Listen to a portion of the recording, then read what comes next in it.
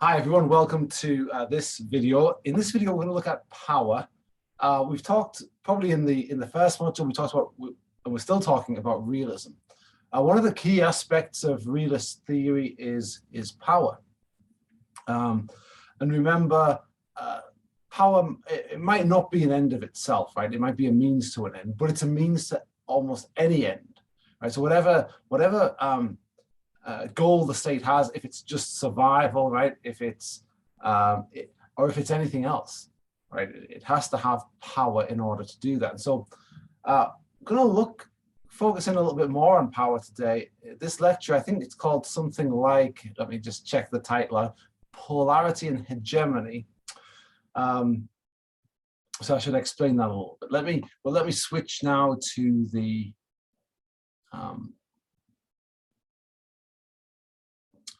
slides. So we've got those going.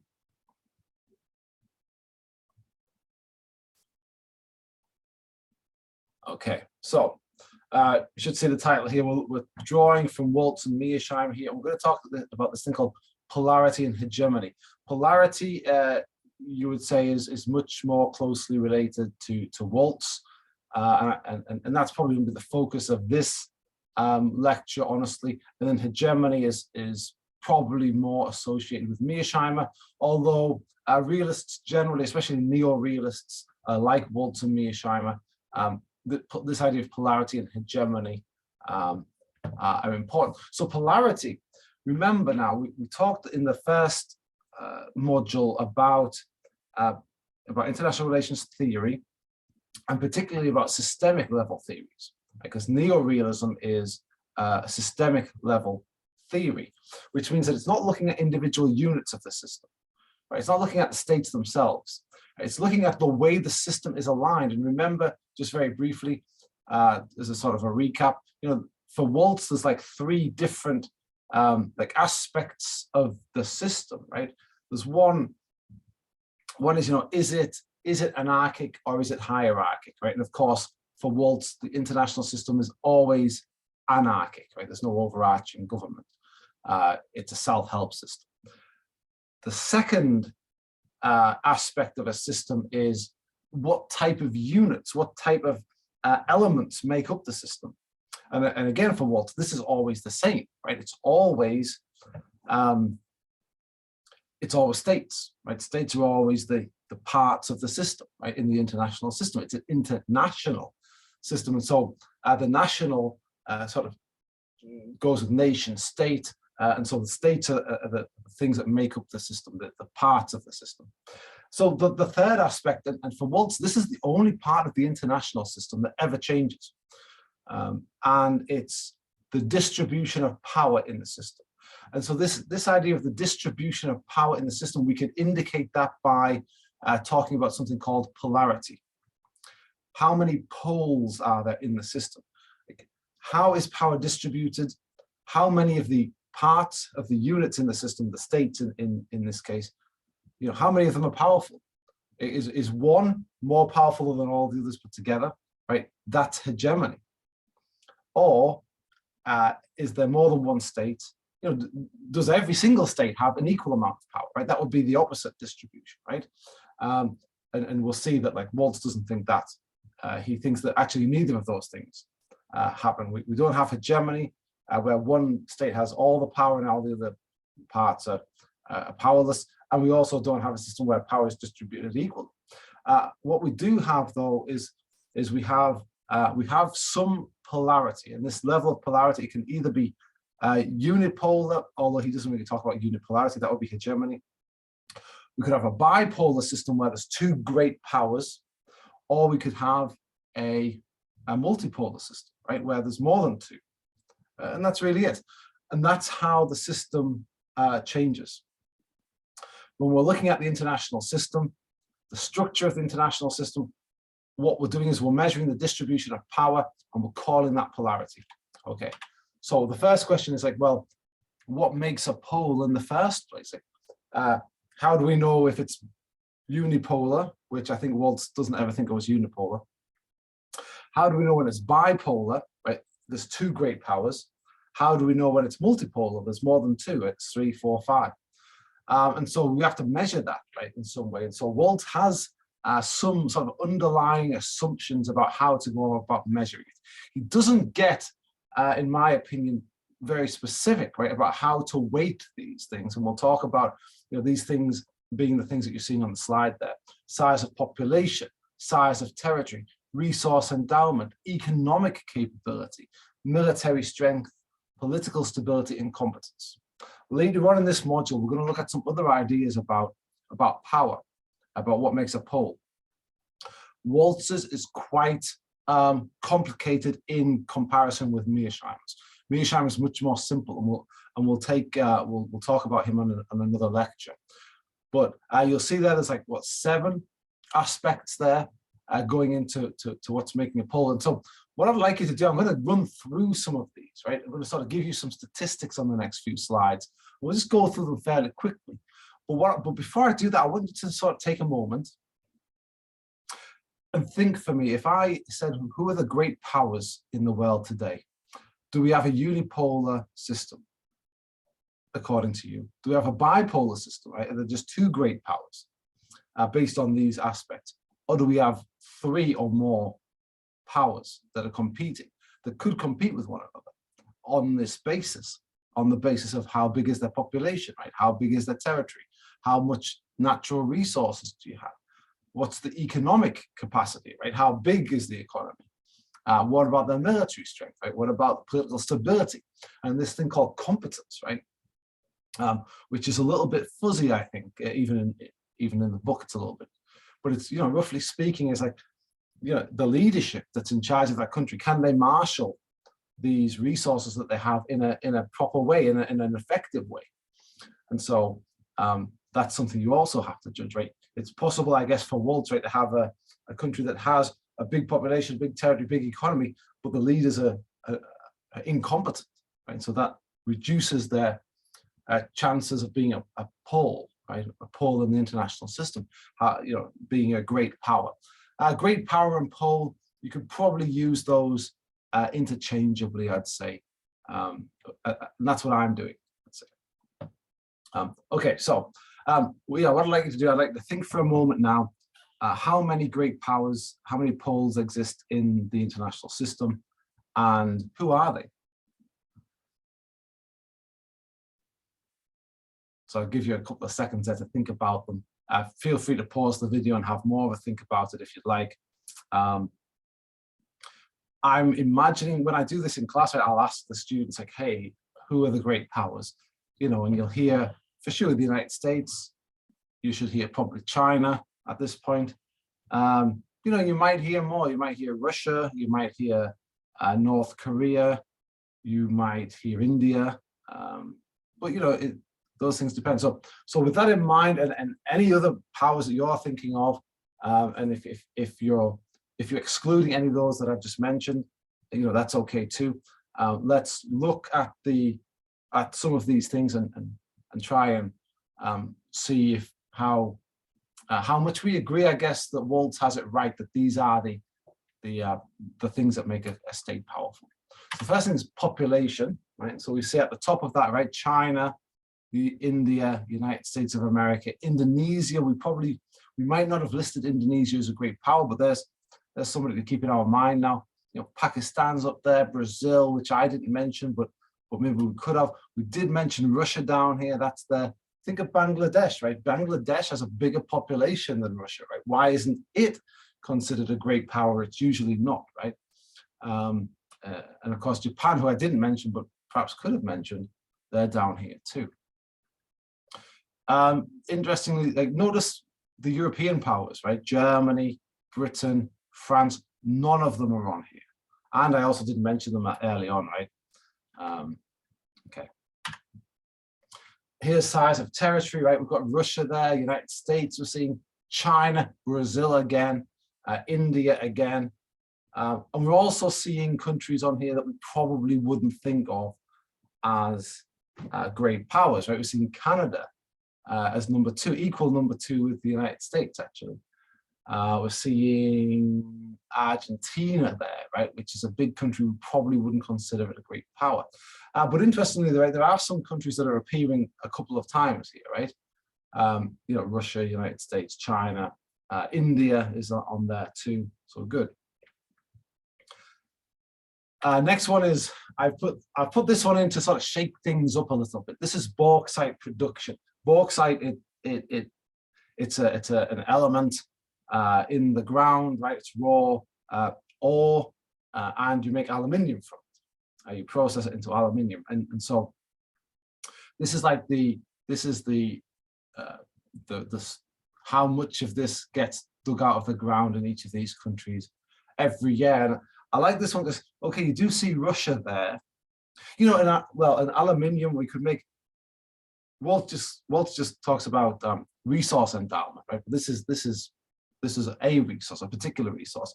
And of course, it's important in all sorts of applications, certainly civilian applications, but also things like, you know, aircraft, fighter jets, that sort of thing, you know, quite fairly advanced military systems need aluminium. And so, you know, you might think that it's a good idea to have some of this in your country. And so we see China again, we see Russia again. We're not seeing the United States. We are seeing India actually. So we do see India, but you see like some of the countries are coming up again and again and again. It's interesting that the United States doesn't appear here. The United States actually, half of its aluminium it gets through recycling, and the other half it imports. There is some bauxite in the US down in Louisiana, but it's not very well exploited, or not very, so very well exploited. It's not really developed. The mining of bauxite in the US, we import about half of what we use, and we recycle the other half. So, but you know, you'll see a lot of countries on here that are probably not great powers. Look at Jamaica there, Greece. You know, Greece is likely too small in terms of population to be a great power. It's about 10 million people. Guyana there as well, right? So anyway, that's an interesting one. So one that's maybe a little bit more straightforward is steel production. Right? Steel perhaps is more important even than aluminium.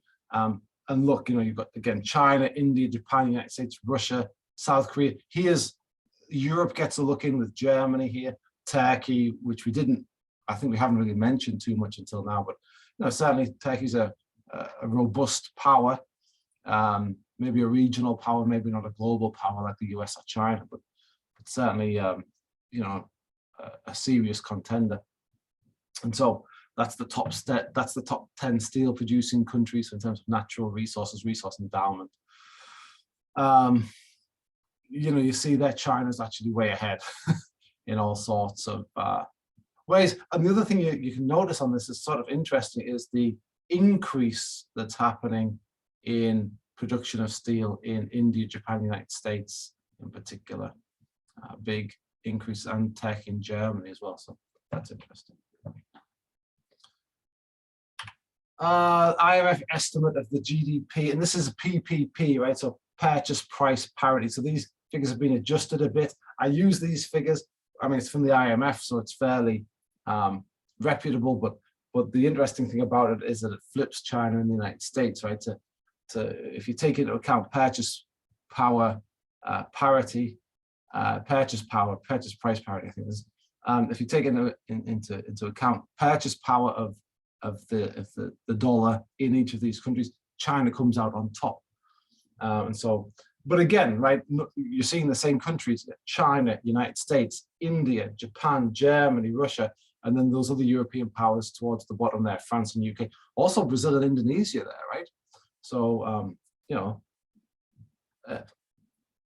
there's definitely some subjectivity here, even in the way that Walt talks about polarity and great powers. But you know, if I wanted to, from this economic estimate, I could make a case, right, to say, look, the United States and China are way ahead of everyone else here, and then I could turn that into a case for sort of bipolarity, right, to say that, well, you know, the power is distributed in the world such that there's two main poles, China and the United States, right, and I might convince many of you that is the case. I mean, what I really mean is, like, many of you might not need much convincing that China and the United States are the two poles, right?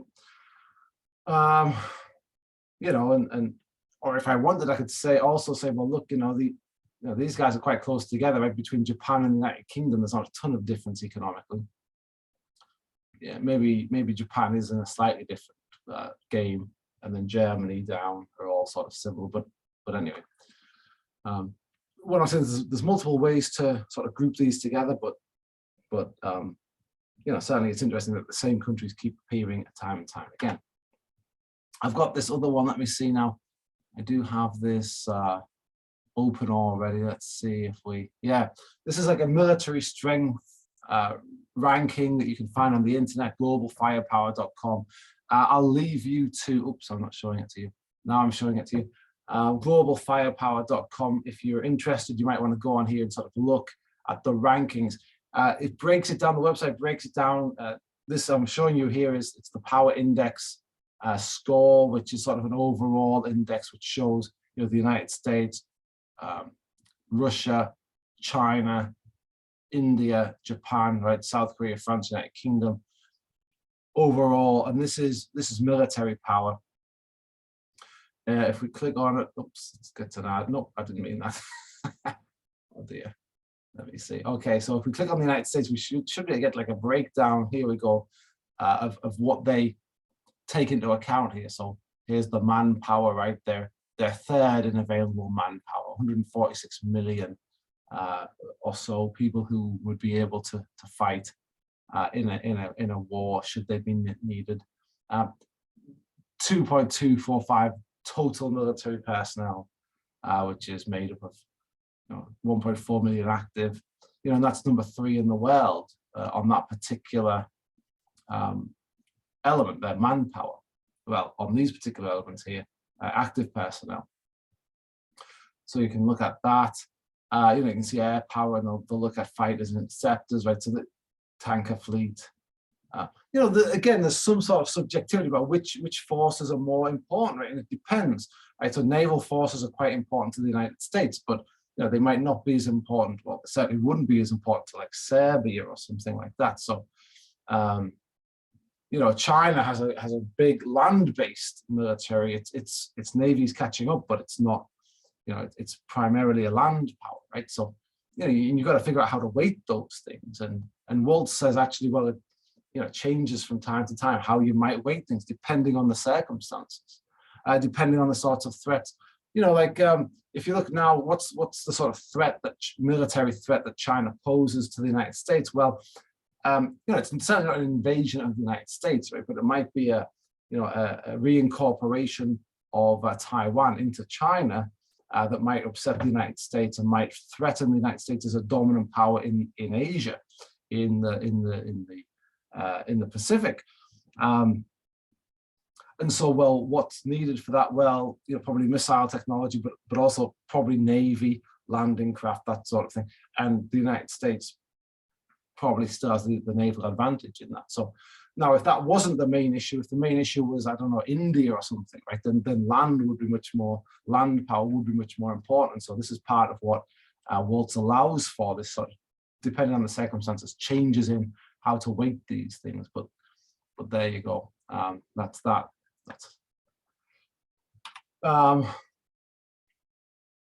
So then I've already started talking about this. Waltz says weights may change over time. The way we measure these things might vary as well. So he allows quite a lot of subjectivity here. States are always trying really hard to gauge capabilities of one another, and they sometimes get it wrong. That's important. That's important. Later on, in fact, if you read Fearon, Rationalist Explanations for War, in this module, you'll see that what Fearon is trying to do is he's trying to really tighten these measurements down quite considerably. He's trying to get away from, because one of the very common and popular and sort of well-regarded theories about why wars start is this sort of third thing here, that look, there's two countries, there's two powers, and like maybe I'm I don't know, let's say Britain and France for sort of a traditional example. You got the British and the French, and they're looking at each other, and they're getting into some sort of conflict, and they're saying, well, who's going to win this war? And there's some sort of miscalculation, right? Because one of them will win the war for sure, right? we know that because one will win. Like in a war, one wins, the other loses. So we'll know one of the two will win. But Britain might think it's them and France might think it's them. And one of them is wrong, but we don't know which one. And so both of them go into the war because they think they're going to win it. What Fearon's doing, if you read that optional article 2, what he's doing is he's saying, no, that's not the way. There's other explanations. People can have all of the facts and still walk in a care. But he finds very nuanced and very sort of slight chances of war. Anyway, but Waltz is more sort of, I guess he's further back than Fearon, and he says, look, the states are trying hard to figure out how much power each other has, but they're never right. They can never get it right, or they sometimes get it wrong. It's not that they can't always get it right. That's what I meant. And so there is usually a general agreement, though, even despite the fact that we sometimes get it wrong, there might be a general agreement about who the great powers are. Like you and me, we might be able to agree, right, that China, the United States, sort of at the top. We might agree India, Russia are in there too. There might be some disagreement about Indonesia, Brazil,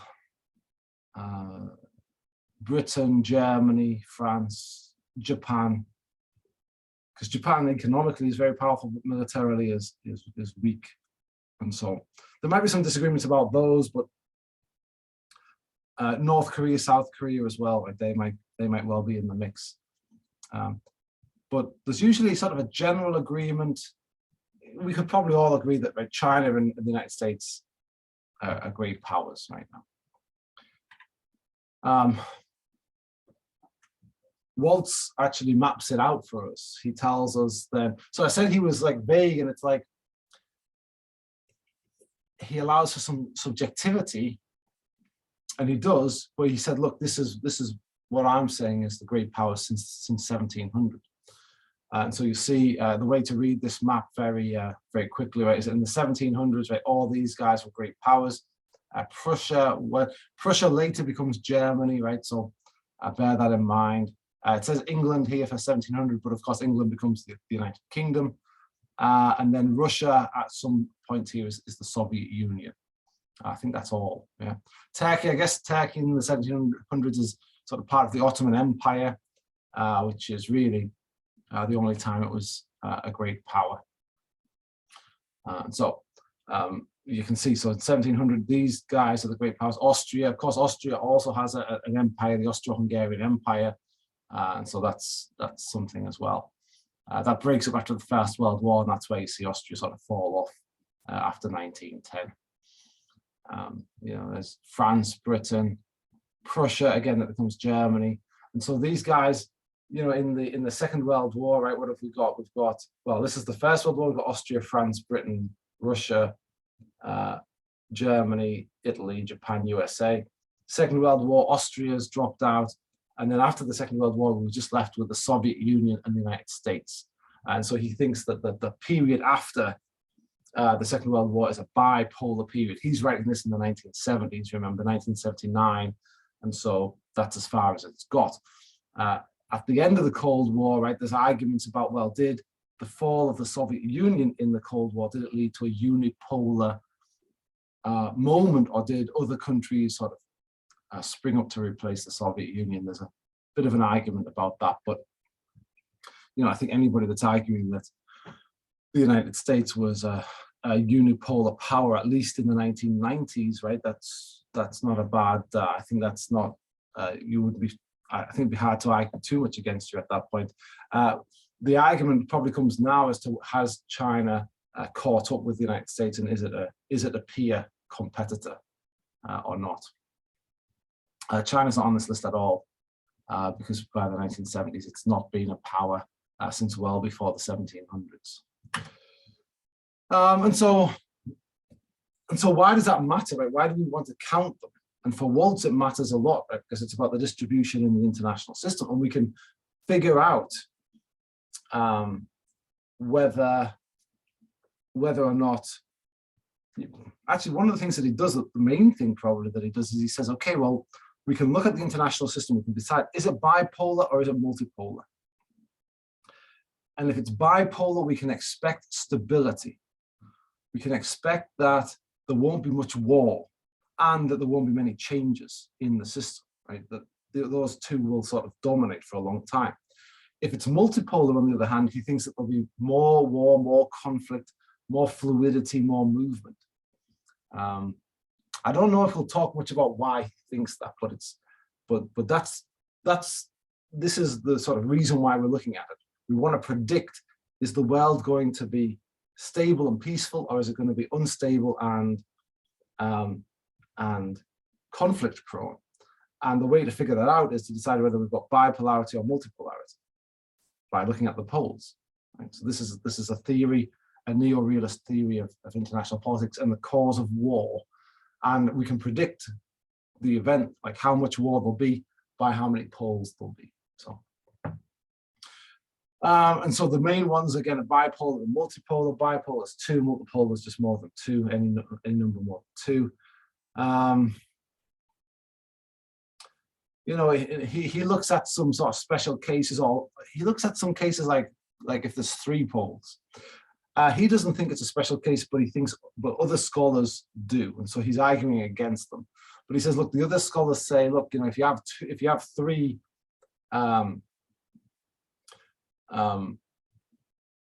well, I think this is what Walt's saying actually. He said, look, if you have 3 powers, well, 2 will just join forces and eliminate the third, and then you have bipolarity again. So 3 is sort of a number that you can't really have. You can't really have 3 poles. 4 is considerable stability through external alignment. That's the idea again that you know, you'd have 2 and 2 with sort of team. External alignment just means alliances. 5, considerable stability and role for a balancer. But Walt says the role of balancer, it's a historical fact, it's not a theoretical one. Let me talk a little bit about what a balancer is. So imagine there's 5 poles, right? So you have the 2 on one side and 2 on the other side.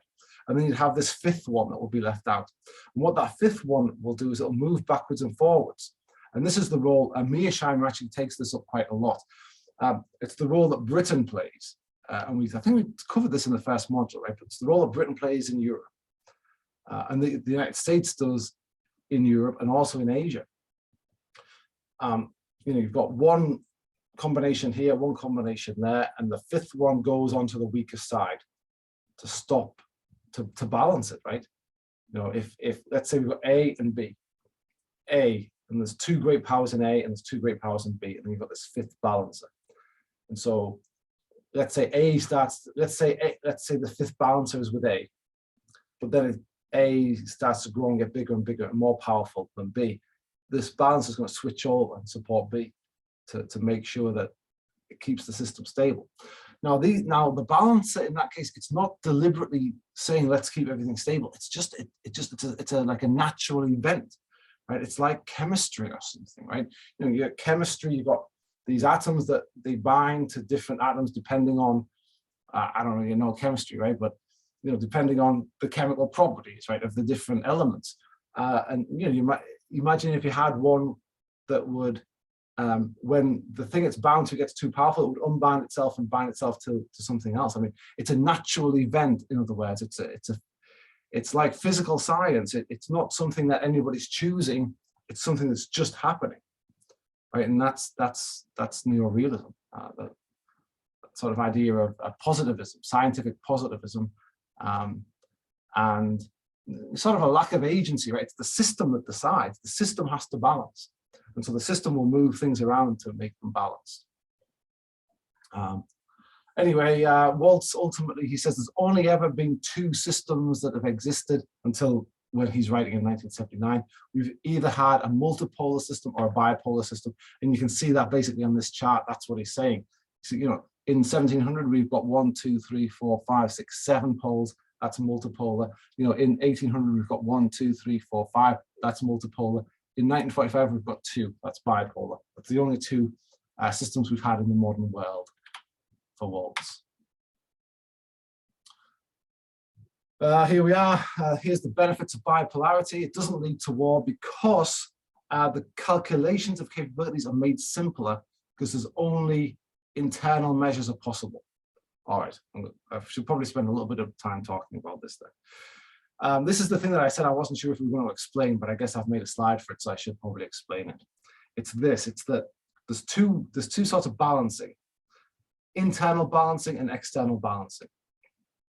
Internal balancing means that we are increasing the size of our army, or growing our population, or something like that, right? Those factors of power that we talked about at the beginning, we're increasing those somehow. We're increasing our competence, maybe. That's internal. External means that we're going to ally with somebody else. Okay. One thing to notice here: small powers, other states that are not great powers, they don't count. So the United States, let's say we think that the Western European countries are not great powers. Let's say we say Germany, France, Britain, they're not great powers. Let's say you and I talk and we say, okay, China and the United States, they're the two great powers. It's a bipolar system. Here's the thing. So it doesn't matter now. The United States can ally itself with France, Germany, Britain. Actually, in our case, it could ally itself with Russia, India, anybody else. For Waltz, it wouldn't matter. It wouldn't do anything. Those guys are insignificant. They're not great powers. Only great powers count. So the thing is with a bipolar system is there's only two great powers. So you can't have the external balancing. The United States can't ally itself with China. It's impossible. And that's the only great power in the system. It can't. The two great powers can't ally themselves with each other because the system has to balance. And if they did, it would be very lopsided, because it'd be all the power would be on one side and everything, all the other units would have zero power. So it can't happen. So then the calculations are simpler, right? And they're simple because imagine now, let's say we put three other powers. Let's say that you and I talk, and actually we say, well, no, it's not just China and the United States, it's also India, Russia, and let's have one more, South Korea. Let's do South Korea. It's much more complicated now because you've got sort of moving parts. You have this option of, like, you know, China could be allied with India, or it could be allied with South Korea. The United States could be allied with Russia, and that's all that's left in our system. Okay, so, right, but then maybe that makes China too powerful, and so South Korea flip over to the United States, right? And you've got too many moving parts now, and it becomes a bit more complicated, so it's harder to calculate. It's harder to calculate the capabilities of each of the two blocks, because there's more options, there's more possibilities for alliances. So that's what Waltz argues. It says bipolarity has alliances of unequals where alliance partners can be disciplined as defections are inconsequential. Right. This is the idea here that, and I've already said it, I think, but there's an example here from the Warsaw Pact and NATO. It's like, okay, in the Warsaw Pact, 90% of the power was Russia. That's it. So, you know, if Poland defects, if Poland goes over to the United States, that's inconsequential. It doesn't matter. It doesn't make any difference. 90% of the power is Russia anyway. And so because of that, now imagine the relationship between Poland and Russia. Poland say, okay, we're going to do this thing. And Russia says, no, you're not going to do it. If you do that, you'll be punished. And they say, and Poland says to Russia, if you don't let us do it, we'll defect. And Russia says, we don't really care. You're nothing. Right? You're not a great power. And for Waltz, it's only the great powers that count. And if you see in 1976 in the Warsaw Pact, 90% of the power was Russia. And so it doesn't matter if Poland defects, if Czechoslovakia defects, if Bulgaria defects, that doesn't matter. Doesn't matter. And so because of that, right, Russia can keep it has the power and the control to keep its allies under disciplined, to keep them disciplined. So that's good because it leads to stability, right? We haven't got Poland going off and doing its own thing. I don't know, invading Finland or something like that, right? Or yeah, they can't really act independently of Russia. So we've got stability, we've got control, we've got predictability. And it was the same, by the way, with NATO. NATO, it was a little bit less unbalanced, but it was still 75% of the power of NATO was the USA. I wonder what it is today. Right? It might even be more than that. today, probably more than that. And so, but that gives you, the United States and Russia, a lot of control and an ability to discipline. And so it keeps things, again, stable, clear, predictable.